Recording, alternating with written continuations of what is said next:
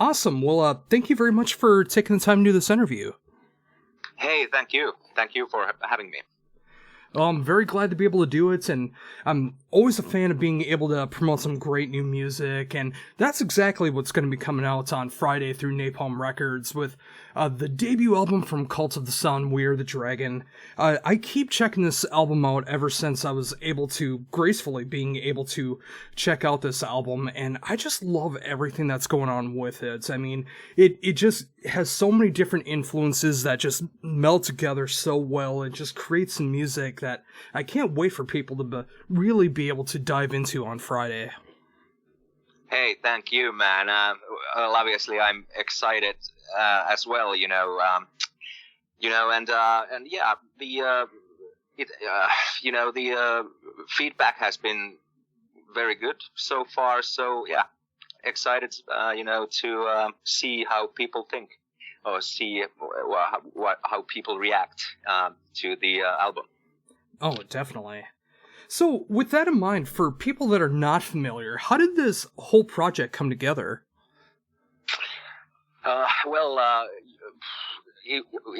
Sort of a long story. I started to write and pre-produce, these songs like for maybe 5 years ago. And, it started sort of as a therapy project for me as I was working on another project here in Finland,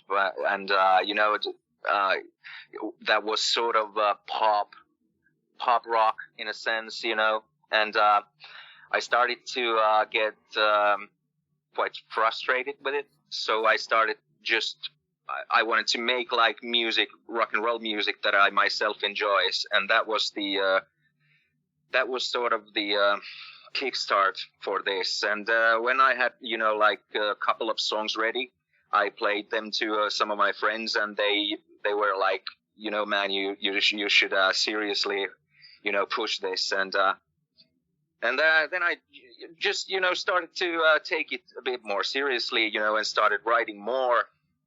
And before the actual sessions took place in the studio, the songs were almost there, like 90% there. So when the sessions started, it came together, quite effortlessly, and it was maybe 1.5, 2 weeks that we had it done. And obviously, I just knew what I was doing, and I knew the sound I was looking for and everything. So yeah, here we are, and but yeah, it has been quite a long journey, and it took a lot of work. But yeah, yes, very excited, that finally I'm able to release this. Oh, and I love how that comes together. I mean, when you're working on different kinds of music, and it just pushes you to want to be able to create something that you truly want to be able to make. And, several years later, you can see that conglomeration really coming together and being able to release We Are the Dragon. I mean, it's so great to be able to see that you're able to incorporate so many different styles, so many different things in rock and roll that work out so well together. And the songs, whether they get heavy, whether they're faster, slower, whatever the case is, like, it all flows together so well. And it's just when you have the kind of background where you are able to incorporate all these different styles, there's really no limit to what the sound can really be. Exactly, and thank you for your sharp observation. Because I've done through the years I've done all sorts of music, and I feel, and I've listened to all sorts of music, and I started when I was 14. I started as a black metal drummer, and after that I've almost done like everything, between black metal and pop. And I've always like enjoyed just good music regardless of the genre. So yeah, I think, Cult is this sort of ultimate mixture of my sonic journeys, and yeah, I'm pleased, and exactly, I do enjoy the sort of freedom to create whatever I want, because like, just when you listen to the debut album, I'm really enjoying, that I can do a ballad, type of song, or I can do like black metal if I want to. So yeah, it's like an open range in a sense. Oh yeah, and it's just so great to see something like that come together. I'm also of that variety as well, where I do love so many different kinds of music, and being a drummer myself, I love being able to play different types of music. Whether you are playing punk, whether you're playing black metal, whether you're doing something that's more mainstream or doing covers. It's just like, it's so much fun to be able to incorporate different styles and learn from those styles the more that you play them, and just really being able to fill up that background of when you're starting to write music, of so much more on your palette that you're able to create with. Yeah, obviously when you're younger, you just you sort of could go with the flow, and obviously you are way more influenced by bands or artists that you like or you are listening to, and well, now that I'm at my 40s soon, and I feel like now I'm sort of ripe to do like the sort of phrase, being unique is to be yourself, sort of like that I have the palette to forge music, that is in my ear, is like unique, and I think it wouldn't have been possible, when I was at my 20s. So yeah, it is.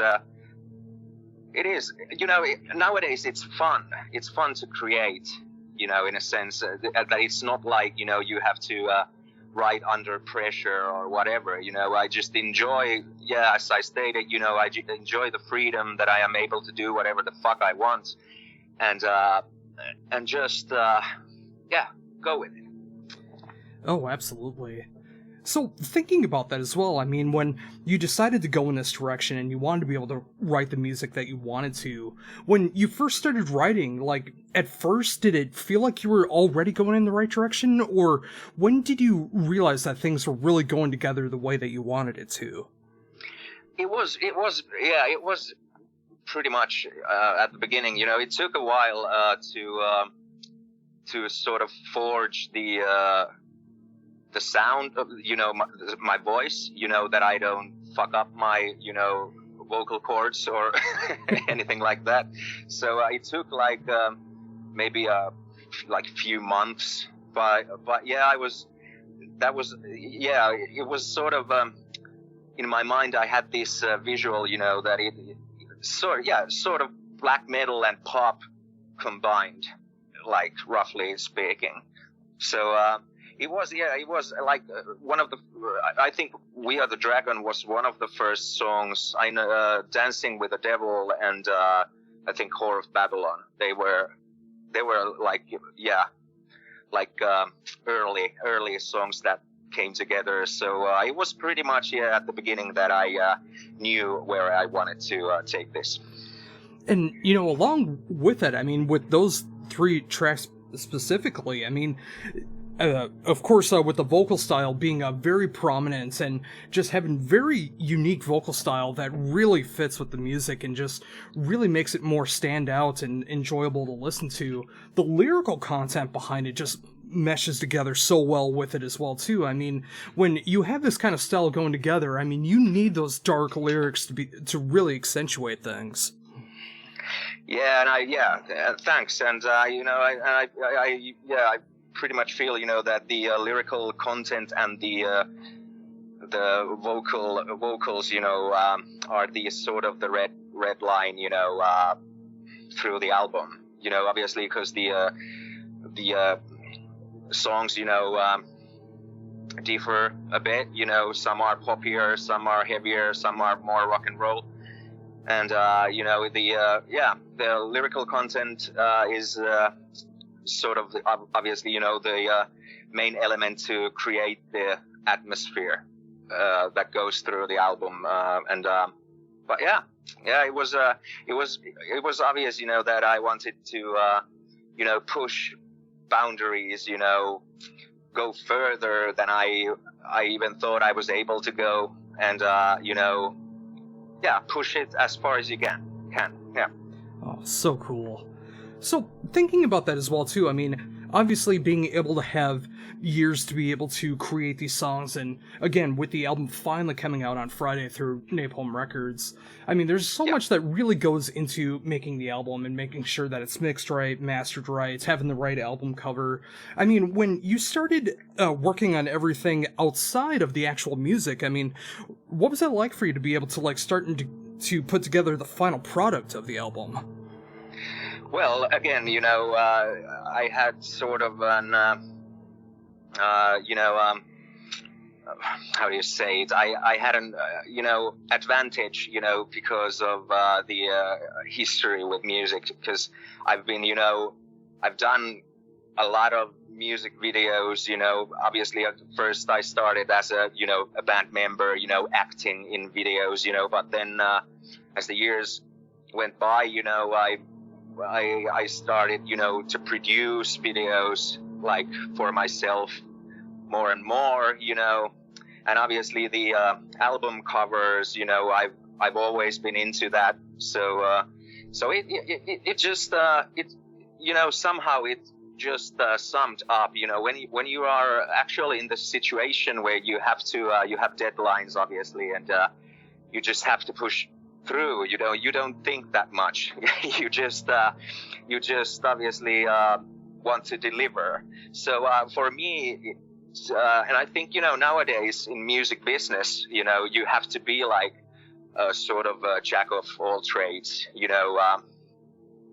to get things done. And obviously when you start up or you are, well, obviously it's the debut album now, so you don't have the massive, budgets to make things. So but I have the pleasure to know people who are able to do things, in their own field, video making and album cover art, that they can get it done. But I have pretty much I can contribute, obviously to the ideas to produce things, and so if that's good for an answer, if it makes any sense. Oh, for sure. So, thinking about that as well too, I mean, it's great to be able to have all those great outside sources and being able to do so many things on your own. I mean, it's got to be a great feeling that when you put all this time and effort into everything, that you're able to release this album on such a great label as Napalm Records. I mean, it's so great to be able to see the promotion that the band has been getting, and of course being able to see that promotion throughout people and seeing people check out the singles and everything. I mean, the fact that Napalm is behind this is got to be a great feeling. Yeah, sure, for sure, yeah, and obviously that is the that was sort of the when you are an artist, and you have the songs, but you need a label to get it out there like properly, and me and my team, obviously we are aiming high, as high as a kite, sort of, and when we secured the deal with Napalm, obviously that was a sort of a moment of celebration. And they've done a great job so far, and the team that I'm working with, everybody seems to be like very into it, which is important, well, obviously important, and because nowadays, there are, like millions and millions of bands, and everyone wants to make it, and being able to execute the deal with Napalm was it was obviously a huge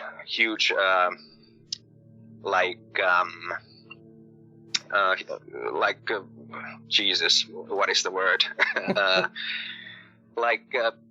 Sorry, wait a second. What?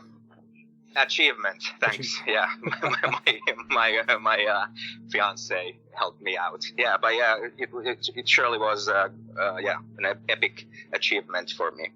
Oh, yeah, I can only imagine, and I can't wait to see how that's going to be growing with the release of the album too. And of course, when the world starts to get back to normal and live shows start to happen again, I mean, as great as these songs sound on record, I can only imagine what they sound like in that live setting. Yeah, yes, I'm very, very eager to get out there, and deliver. And while in studio, I play all the instruments myself except the drums.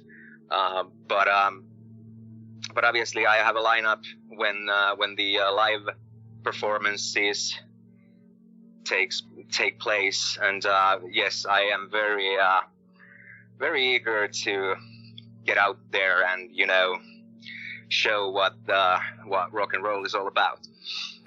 Oh, for sure. Yeah, and it's just like it's a great time to be able to have this album coming out too. I mean, when the world seems like it's starting to get back to normal, when people are starting to put out tour dates, whether it's for the end of the year or next year, I mean, it's so great to be able to at least see those start to happen again, and hopefully they come to fruition. And, back when, when eventually when everything gets back to normal, we're able to be at full capacity again and just being able to have those great crowds. I can't wait to see the reaction when you have like Napalm behind you and you're really able to hit those shows, hit those festivals wherever you go, and just being able to get that live experience and the crowd in winning over so many people in that setting. Yeah, I surely hope so. And the feedback so far has been good. And obviously I've had a lot of time in my hands because of the pandemic, and the second album is starting to take shape. So I myself, I feel like I'm sort of in a fortunate state for if this however this turns out, if this continues the situation, I'm able to just put out more music, and wait and play the waiting game, sort of regarding the live shows. But obviously we all hope that things would get better and we can hit the road like properly. Oh, for sure. And, that the great thing about that, too, is when that eventually starts to happen, too. I mean, I can see the band being able to tour with so many different types of music, too. So you won't have to be, like pigeonholed into just like one style, because you work with so many different styles. And I could, whether it's like opening up or the main support or whatever the case is until you finally get those headlining sets going on. I mean, there's so many different people that you're going to be able to win over because it's so accessible from so many different ways. Well, thank you. Yeah, and that was part of because obviously when you get older, you have more like sonic paths to exploit. So obviously making music becomes a bit more calculated in that sense. So but yeah, that was my idea, because I love as I stated, I love all sorts of music, all styles of music, and I really wanted to have that incorporated with Cult of the Sun music, exactly, that, because I didn't want this to be sort of like some subgenre or whatever.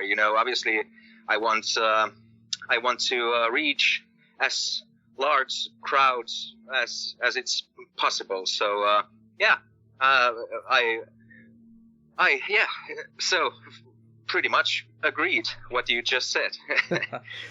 Yeah, and, along with that, I mean, I'm glad that I'm not really able to put a label on the band, and I don't think it really needs one. I mean, when it comes to, like, typical genres, sub-genre names, I mean, the fact that it is labeled like a cult murder pop, I think that just describes it so perfectly. Yeah, that just one day, popped into my mind, because obviously, well, when I listened to the early demos and whatever, I thought, because this is obviously not black metal. This is not like completely just rock and roll. Obviously, this is not just pop or whatever. So, and the lyrics being quite, aggressive and, so even intimidating in a sense, and it just, popped into my mind, occult murder pop, it, for me, it just, describes the music and, gives, a broader spectrum, for the listener to consider. Yeah. Oh, absolutely. And you mentioned a little bit ago, and I'm very glad to be able to see it, taking advantage of the unexpected time for being a musician over the past year with being able to incorporate more writing and being able to start working on that second album. I mean, obviously with some of the songs on the debut being able to be around for a few years now, I mean, that had to be a great feeling to be able to keep going with that songwriting process and be able to start working on the band's future as well. Yeah. That has been, very significant point, that I don't have to, I don't have to write under pressure. I'm at the moment, maybe I'm like 2 years ahead, like where I want to take this. And so, yeah, for me, it has been, just fantastic, that I'm able to put the second album, pretty much together, and and I can start, plan out, how the third will sound or whatever. So I feel like, but yeah, when the pandemic started, I wasn't like, burying my war axe or whatever, I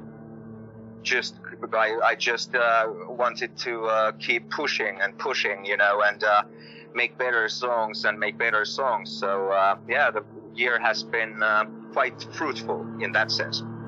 Oh, and it's so great to see that as well too. And like I mentioned before, like I'm very excited to see where the band is able to go from here, because it can go into so many different directions, and when you have no limits like that, you can take it in all those different directions. So, like years down the road, when you look at the difference between We Are the Dragon and whatever the sophomore release will be, I mean, it's going to be really awesome to see that progression of the band. Yeah, and I'm sort of seeing that already, because I'm aware what I'm writing, and I am pleased, but yeah, let's see. Obviously, there is some work to be done, but and I think because acts that I love, like AC/DC, they have been able to sort of stay the same but still sound different. I love that, that side of that band, and it's like I think that maybe well, the time will tell. Maybe I shouldn't reveal too much. Well, that definitely gives me something to look forward to then, when there's a little bit of mystery that's going to be going on in the future, and that's just so exciting to see that.